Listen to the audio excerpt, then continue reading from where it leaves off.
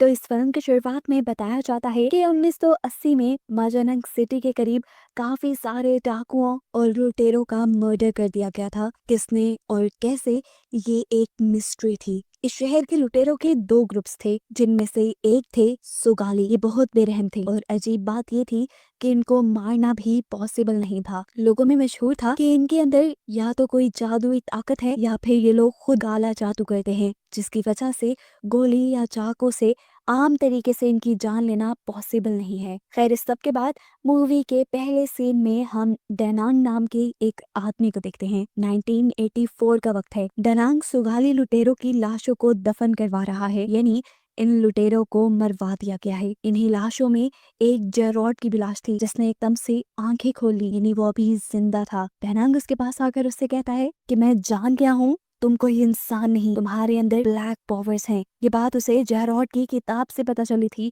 जो अब डेनांग के पास ही थी। जेरॉड जोर जोर से हंस रहा था। उसे देखकर गुस्से में डेनांग ने एक शार्प कटर उठाया उसे मारने के लिए। तो मरने से पहले जेरॉड ने इस गांव को कर्स यानी श्राप दे दिया कि जब तक मेरा खून इस जमीन पर रहेगा या जब जब मेरा खून इस जमीन पर आएगा तो यहाँ पर मौत और तबाही आएगी। इसके बाद जेरॉड के साथ क्या हुआ वो नहीं दिखाया गया, बल्कि सालों बाद हम एक लड़की जिया को देखते हैं, जो अपने दोस्तों के साथ अपने गांव माजानंग वापस आ रही है, यानी उसी शहर में आ रही है जहाँ पर ये लुटेरे और जेरॉड वगैरह थे। इनकी बातों से हमें पता चलता है कि जिया की मॉम मर गई हैं और वो उनके फ्यूनरल के लिए यहाँ आ रही है। यहाँ आने का उसका खास मकसद एक ये भी था कि वो अपने डैड के पास के बारे में पता चलाए, जो और कोई नहीं बल्कि जेरॉड ही था। जिया के मैजानंग में एंटर करते ही यहाँ पर अजीबो गरीब चीजें देखने को मिलती हैं। मौसम एकदम से खराब हो जाता है और पूरे माजानंग पे काले बादल छा जाते हैं। ये असल में जेरॉड के दिए कर्ज की वजह से हुआ था। जिया जो उसका खून थी,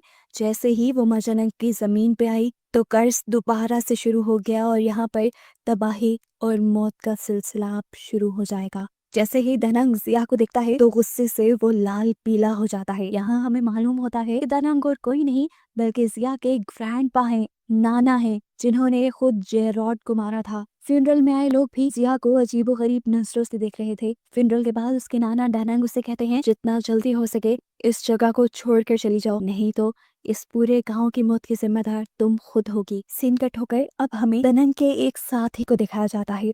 वो गांव वाले से कह रहे थे कि जिया का यहाँ आना खतरे से खाली नहीं, जितना हो सके अपने आप को बचाने की कोशिश करना, रात को अपने घर के सारे दरवाजे बंद रखना और अगर दरवाजा कोई भी खड़काए तो मत खोलना। अगर तुम्हारी आंखों के सामने कुछ आ गया तो अपनी मौत के जिम्मेदार तुम खुद होगे। यहाँ जिया अपने दोस्त के साथ बैठी हुई थी। अचानक ऊपर वाले फ्लोर से एक बॉल उसके पास आती है। तो उस बॉल को देखते हुए वो अब ऊपर चली गई। ऊपर ये स्टोर रूम था, जहाँ पे एक संदूक पे ताला लगा हुआ था, जिसने जिया की अटेंशन अपनी तरफ खींच ली। इससे पहले कि जिया इसे खोल लेती और कुछ देख लेती, यहाँ पर दानांग आ जाते हैं और गुस्से में उसे कहते हैं, जल्दी अपना सामान पैक करो, रात होने से पहले पहले मैं तुम्हें टाउन में छोड़ आऊंगा। अब ये चीज जिया के दोस्त को भी अजीब लग रही थी कि उसके दादा ही उसे यहाँ से निकालने की कोशिश कर रहे हैं। वो उससे कहता है, शायद इसके पीछे के रीजन तुम्हारे डैड हो। जिया को उसकी बात पे यकीन नहीं आया। जिया को लगता था कि जरूर कहानी कुछ और है इस सब के पीछे, और यही तो जिया को पता करनी थी। जिया बताती है कि कभी भी मेरे ग्रैंडपा यानी दानांग ने मुझे यहाँ आने नहीं दिया। वो कहते थे,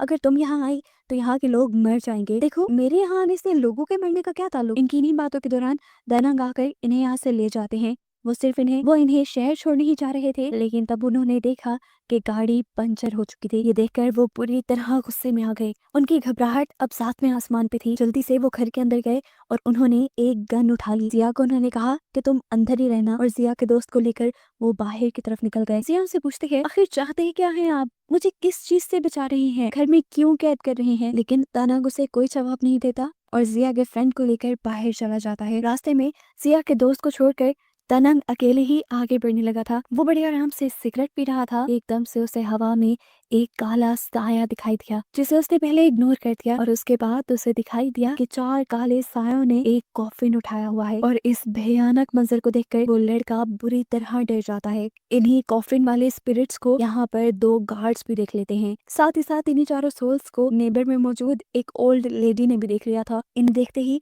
उसने अपनी बेटी को तेजी से एक कमरे में जाकर छुप जाने को कहा, क्योंकि वो जानती थी कि जो भी इन सोल्स को देखता है वो मारा जाता है और वो अपनी बेटी की जान बचाना चाहती थी। यहाँ पर एक चीज हमें ये भी पता चली कि ये लड़की यानी उस आंटी की बेटी जिया की दोस्त भी थी। ये सोल्स सबसे पहले अपनी पावर्स से इस आंटी को मार देती हैं और उसके बाद वो दोनों गार्ड्स जिन्होंने उन सोल्स को देख लिया था वो दोनों भी मारे जाते हैं। और अब इससे पहले कि ये सोल्स यहाँ पर जिया के दोस्त को भी मार देते, ठीक वक्त पर जिया यहाँ आ जाती है। जिया के दोस्त ने घबराते हुए बताया कि उसने यहाँ पर सोल्स देखी थी, लेकिन जिया ने उसकी बातों पर यकीन नहीं किया और कहा जरूर ग्रैंडपा ने ही तुम्हें ऐसा कुछ सिखाया होगा। अभी वो यही कह रही थी कि तभी उसने देखा उसके दोस्त का मुंह सूजने लगा था। वो अपने गले पे ऐसे हाथ रखे हुए था जैसे वो अपने आप को किसी फंदे से बचा रहा हो और उसके पांव भी जमीन से उठ गए थे। ऐसा लग रहा था जैसे कोई उसका गला घोटने की कोशिश कर रहा है। ठीक वक्त पर डैनंग यहाँ आ जाते हैं और जल्दी से एक शीशा लाकर देखते हैं। उसके पीछे वही 4 रसूल्स थी जो उन्हें आम आंखों से तो नजर नहीं आई लेकिन शीशे में नजर आ गई।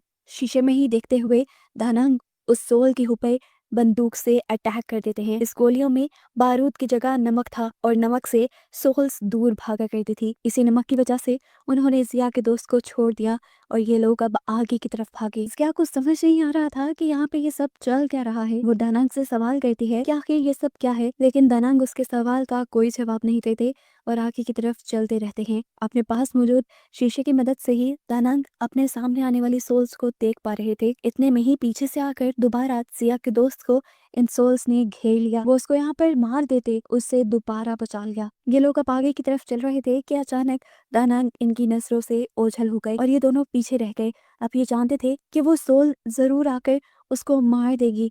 जल्दी जल्दी में जिया उसे लेकर अपनी दोस्त के घर छुप गई। जिसकी मॉम ने भी उन सोल्स को देख लिया था और उन सोल्स ने उसकी मॉम को मार दिया। अंदर जाने पर इन्हें वहां कोई नजर नहीं आया सिवाय उसकी मरी हुई मॉम के। उसे देखकर ये दोनों ही डर गए। जिया के दोस्त ने कैबिन खड़काकर उसे अपनी तरफ बुलाने की भी कोशिश की लेकिन जिया को आवाज सुनाई नहीं दी और ये लोग वापस बाहर आ गए। और इस मर्तबा बाहर आने पर जिया के दोस्त को दूर से आती एक कार दिखाई दी। वो खुशी खुशी तेजी से उस कार की तरफ बढ़ा लेकिन पता चला कि वो कोई कार नहीं थी बल्कि यही सोल्स थी जिन्होंने कॉफिन पकड़ा हुआ था। और वो इस मर्तबा किसी चीज का लिहाज नहीं करते और जिया के दोस्त को पकड़कर मार देते हैं, जो देखकर जिया बहुत ज्यादा दुखी हो जाती है। यहाँ पर हम देखते हैं कि दानंग अब उस आदमी के पास आया था जो पूरे गांव वालों को संभल के रहने का कह रहे थे। उन्होंने यहाँ पर आकर इस आदमी से कुछ नमक वाली गोलियां मांगी और एक तावीज मांगा जिससे वो उन सोल से बच सकते थे। वो आदमी अब दानंग से पूछता है आप करना क्या चाह रहे हैं। तब दानंग ने बताया कि जेरॉड की बेटी वापस आ गई है और तुम जानते हो ना उसका श्राप क्या है। उसका खून जब यहाँ आएगा तब तबाही लेकर आएगा, लेकिन उसका ही खून उसे भी हमेशा के लिए खत्म कर सकता है और मैं अब उसकी बेटी के जरिए उसके खून के जरिए उसे हमेशा के लिए यहाँ से खत्म कर दूंगा और इस गांव को उसके दिए कर्ज से बचा लूंगा। सीन कट होकर हमें दिखाया जाता है कि जिया को कोई आदमी किडनैप कर चुका है। इसका नाम है यांतो और किसी वक्त में ये डैनंग के साथ काम किया करता था लुटेरों को मारने का। यहाँ वो आदमी जिया के गले में वही तावीज देखता है जो उसे बुरी सोल से बचा सकता था। वो जान गया था जरूर उसे डैनंग ने दिया होगा। जिया पूछती है ये किस काम के लिए है। तब यांतो उसे बताता है कि ये उस कर्ज से बचने के लिए है जो तुम्हारे डैड ने इस पूरे गांव को दिया था। जिया समझ गई कि ये आदमी सबको जानता है उसके डैड और उसके ग्रैंडपा के बारे में। वो उससे पूछती है आखिर मेरे डैड के साथ क्या हुआ था। तब यांतो बताता है कि असल में तुम्हारे डैड को दानंग ने गला काट के मार दिया था, लेकिन जेरॉड के जिस्म के हिस्से अलग अलग होने के बावजूद भी जेरॉड आज तक जिंदा है क्योंकि वो कभी मर नहीं सकता। उसके अंदर ब्लैक पावर्स हैं। ये बात सारे जानते थे कि जेरॉड को कोई मार नहीं सकता, फिर भी डैनंग ने उसका गला काट दिया और इसके पहले ही तुम्हारे डैड ने इस पूरे गांव को श्राप दे दिया कि जब तक उसका खून यहाँ पर है या जब जब उसका खून यहाँ पर आएगा तो इस जगह पर मौत और तबाही आएगी। और क्योंकि तुम जेरॉड का खून हो इसलिए तुम जिस दिन से यहाँ आए हो उस दिन से मरे हुए सारे सुगाली लुटेरे उनकी सोल्स जिंदा होकर बाहर निकल आई है और जो कोई भी उन सोल्स को देख लेता है वो सोल्स उन्हें जान से मार देती हैं। ये बात सुनते ही जिया का दिल दहल जाता है और उसे याद आता है वो वक्त जैसे ही उसने गांव में कदम रखा था तो पूरे गांव में काले बादल छा गए थे। सीन कट होकर यहाँ पर उस आदमी को दिखाया जाता है जिससे डैनंग वो नमक वाली गोलियां और तावीज ले गया था। उसकी वाइफ अब उसके ऊपर गुस्सा हो रही थी कि क्या जरूरत थी तुम्हें वो तावीज डैनंग को देने की, हमारे पास भी एक ही तावीज था, अब हम उनसे कैसे बचेंगे। वो अभी ये बात कह ही रही थी कि अचानक उनके दरवाजे पे नॉक हुआ। उन्होंने दरवाजा खोला तो बाहर वही सोल्स खड़ी थी जिसे उस आदमी की वाइफ देख लेती है। आदमी तो उनको नहीं देखता, लेकिन अब वो सोल्स अंदर आकर उसकी वाइफ को मारने की कोशिश करती हैं। ये आदमी अपनी वाइफ को बचाने के लिए अपनी जान की बाजी लगा देता है, लेकिन कुछ नहीं होता क्योंकि अब उसकी वाइफ के साथ साथ वो खुद भी इन सोल्स के हाथों मारा गया था। सीन कट होकर दोबारा हमें जिया और यान्तो को दिखाया जाता है। जिया यान्तो से पूछती है, क्या मेरे डैड आज तक जिंदा है? जिसपे यान्तो कहता है, हाँ वो जिंदा है, उसे कोई नहीं मार सकता। आम तरीके से तो बिल्कुल नहीं। बहुत से लोग उसे खत्म करना चाहते थे, यहाँ तक कि दनांग भी। दनांग ने तो उसको खत्म करके उसके जिस्म के हिस्सों को अलग अलग जगह पर दफन कर दिया, लेकिन फिर भी आज तक उसका साया इसी गांव में है। यहाँ पर वो एक और कड़वी सच्चाई जिया को ये भी बताता है कि तुम्हारे डैड को कोई भी नहीं मार सकता सिवाय तुम्हारी। तुम्हारा खून और तुम ही अपने डैड को मार सकती हो और इस गांव को कर्ज से आजाद करवा सकती हो, और ऐसा भी तुम्हारे डैड के कर्ज की वजह से है। जिया उससे पूछती है, मैं ये सब कैसे करूंगी? तभी आदमी बताता है कि तुम्हें अपने डैड की बॉडी और उनके सर को ढूंढना है। उसको एक साथ मिलाने के बाद जेरॉड की सोल भी उसमें वापस आ जाएगी। जैसे ही उसकी सोल उसके अंदर वापस आएगी, तुम्हें फिर अपना खून अपने हथियार के ऊपर, एक कुल्हाड़े के ऊपर लगा देना है, और फिर उससे तुम अपने डैड को यानी जेरॉड को मार पाओगी, जिसके बाद ही उसका कर्ज खत्म होगा। याद में बताता है, असल में तुम भी डेनांग की इसी प्लानिंग का हिस्सा हो। डेनांग तुम्हें यहाँ सिर्फ तुम्हारे डैड को खत्म करने के लिए लाया है। जिया के ख्याल में वो तो खुद यहाँ आई थी, लेकिन ऐसा नहीं था। ये सब डेनांग की एक चाल थी। जिया को अभी तक ये लग रहा था कि उसके ग्रैंडपा गांव वालों के लिए लड़ रहे हैं, लेकिन याद में उसकी ये भी खुशफहमी दूर कर देता है और बताता है कि पहले भी सुगाली लुटेरों को उसने लूट मार मचाने दी और गांव वाले लूट गए। जिसके बाद जब उसने सुगालिस को मारा और ये कर्ज आ गया, तो उसने जेरॉड के दांतों से 3 तावीज बनाए, जिससे वो खुद, तुम और उसका एक चेला उस कर्ज से बच सकता है। बाकी पूरे गांव वाले उस कर्ज का शिकार हैं। हालांकि वो चाहता तो पूरे गांव वालों को भी उस कर्ज से निकाल सकता था। ये सारी बातें सुनकर जिया यान्तो से कहती है, अच्छा ठीक है, मैं फिर चलती हूँ, अब मैं ही इन गांव वालों को बचा सकती हूँ। जिसे देखकर यान्तो कहता है, नहीं, तुम गांव वालों को नहीं बचाओगी, हम सारे बुरे हैं और हम सारे गांव वाले मरना ही डिजर्व करते हैं। ये कहते ही उसने जिया के ऊपर भी गन पॉइंट कर दी ताकि जिया मर जाए और ये कर्ज कभी खत्म ना हो। इससे पहले कि उसकी गन शॉट से जिया मर जाती, जिया अपनी टांग मारकर चेयर को नीचे कर देती है और निशाना चूक जाता है। गन शॉट की आवाज सुनकर दनांग भी यहाँ आ चुका था जिया को बचाने के लिए। वो यहाँ यान्तो से लड़ने लग जाता है और उसके बाद जिया को लेकर यहाँ से निकल जाता है। यहाँ पर जिया उसे कहती है, मैं अब आप पे बिलीव नहीं करती, मुझे आपसे नफरत हो रही है क्योंकि ये सारा श्राप आपका दिया हुआ है। उसकी ये बात सुनते ही उसके ग्रैंडपा यानी दनांग फौरन उसका हाथ पकड़ते हैं और उसके हाथ पे एक बड़ा सा कट लगा देते हैं और उसके हाथ से निकलते खून से वो एक कुल्हाड़े को रंग लेते हैं। जिसके बाद वो ये कुल्हाड़ा जिया को पकड़ा कर कहते हैं, अब इसी के जरिए तुम अपने डैड को मार सकते हो। जिया ये काम करने से साफ इनकार कर देती है क्योंकि उसे उसके डैड से बहुत ज्यादा प्यार था। अब वो जब ये भी जान गई थी कि उसके डैड इतने बुरे नहीं हैं और वो 10 साल बाद अपने डैड से मिलने वाली थी, तो वो अपने डैड को मारना नहीं चाहती थी। उसकी बात सुनकर डेनांग कहता है, ठीक है, तुम नहीं मारोगी तो मैं मार दूंगा। उसे मारने के लिए सिर्फ तुम्हारे खून की जरूरत थी जो मुझे मिल गया है और मैं अब उसे मार डालूंगा।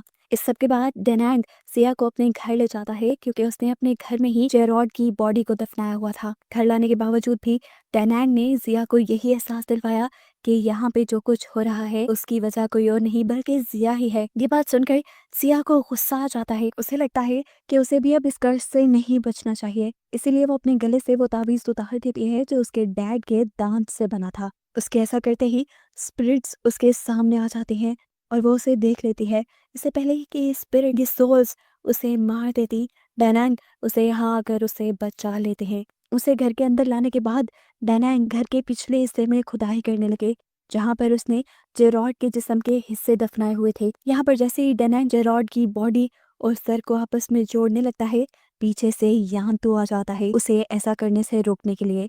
यहाँ उनके दरमियान लड़ाई चलने लग जाती है, जबकि दोबारा हम देखते हैं कि जिया बाहर जा चुकी थी और यहाँ जिया के डैड के सोल ही यानी जेरॉड की सोल ही उसे मारने आ जाती है। जिया ने उसे देखकर पहचान लिया और उसे कहा, ठीक है डैड, आप मुझे मार सकते हैं। इससे पहले कि उसके डैड उसे मार देते, यहाँ जिस्म के पूरा होने पर जेरॉड की सोल उसके जिस्म में वापस आ जाती है और जेरॉड इंसानी रूप में माफी मांगने लगा था उससे। यहाँ पर दनांग भी अब उसके जिंदा होते ही उससे माफी मांगने लगा। यहाँ पर वो कन्फेस करता है कि हाँ, मैंने तुम्हारे साथ बुरा किया, तुम एक लुटेरे थे और तुम्हें पहले इतना काला जादू नहीं आता था, मैंने ही तुम्हें ये सब सीखने को कहा और जब तुम्हारी पावर्स बहुत ज्यादा बढ़ गई तब मैंने तुम्हें मरवा दिया। जेरॉड इससे पूछता है क्यों, आखिर क्यों? ये कहकर वो उसे मारने ही वाला था, लेकिन तब डैनांग ने उसे बताया कि असल में मुझे भी ऐसा करने के लिए किसी ने कहा था। ये सब सुनने के बावजूद भी जेरॉड को डैनांग पे बिल्कुल रहम नहीं आ रहा था। वो उसे मारने ही वाले थे, लेकिन ठीक वक्त पर जिया यहाँ आ गई। जिया ने अपने डैड को गले लगा लिया और वो उसे रोकने लगी। डैड, इन सबको नहीं मारे, इनका कोई कसूर नहीं। लेकिन अब जेरॉड अपनी बेटी के कहने पे भी ये सब नहीं रोकने वाला था। उसने अपनी बेटी से कहा कि जब तक मैं इस पूरे गांव को खत्म ना कर दूं तब तक मेरी सोल को आराम नहीं मिलेगा। जब जिया को ये महसूस हो जाता है कि उसके डैड ताकत के नशे में चूर हो चुके हैं तो उसे तबाही रोकने का कोई और रास्ता नजर नहीं आता। वो अपने खून से एक कुल्हाड़ी को सनकर पीछे से अपने डैड के ऊपर हमला करके उन्हें खत्म कर देती है। यहाँ पर अब जेरॉड मर चुका था। जिया उठी और डैनांग को उठाकर यहाँ से ले जाने लगी क्योंकि वो समझ गई थी डैनांग बुरा नहीं है, उसने तो किसी और के कहने पे सब कुछ किया था। ये लोग इससे पहले कि यहाँ से बाहर चले जाते, यहाँ पर जिया की वो दोस्त आ गई जिसकी मॉम अभी अभी मरी थी। उसने लोगों की सारी बातें सुन ली थी कि ये सारा कर्ज जिया की वजह से वापस आया है और जिया की वजह से ही उसकी मॉम मारी गई। इसी गुस्से में वो जिया को शूट कर देती है। ये देखकर डैनांग को गुस्सा आता है और डैनांग उस लड़की को भी मार देते हैं। डैनांग और उस लड़की के मरने के बाद जिया अपनी आखिरी सांसें गिन रही थी, तभी उसे अपने दिमाग में कोई ख्याल आया और उसने वो कुल्हाड़ा यहाँ से उठाया जिससे उसने अपने डैड का कत्ल किया था और उस कुल्हाड़े को उसने अपने अंदर स्टैब कर दिया, जिसके बाद साफ मतलब था कि जिया को मर ही जाना चाहिए था। लेकिन फिल्म के पोस्ट क्रेडिट सीन में हम जिया को सड़क पे चलते हुए देखते हैं। उसके जख्म खुद ब खुद हील हो रहे हैं और वो मरने की बजाय ठीक हो रही है, जिसका साफ मतलब था कि उसके डैड के खून से उसके डैड की सारी पावर्स अब उसके अंदर आ चुकी थी। उन्हीं पावर्स की वजह से जिया अब जिंदा हो गई थी और ठीक हो रही थी और साथ ही इस गांव का कर्ज भी खत्म हो गया था। और बस यही दिखाते हुए ये कहानी यहाँ खत्म हो जाती है। लेकिन मूवी के खत्म होने के बाद भी हमें एक सीन दिखाया जाता है जिसमें एक अननोन आदमी आकर जेरॉड की लाश को वहां से ले जाता है। उसकी बातों से ऐसा लग रहा था कि वो काफी सालों से जेरॉड की लाश को ढूंढ रहा है और शायद यही वो आदमी है जिसने डैनांग से ये सारे काम करवाए थे।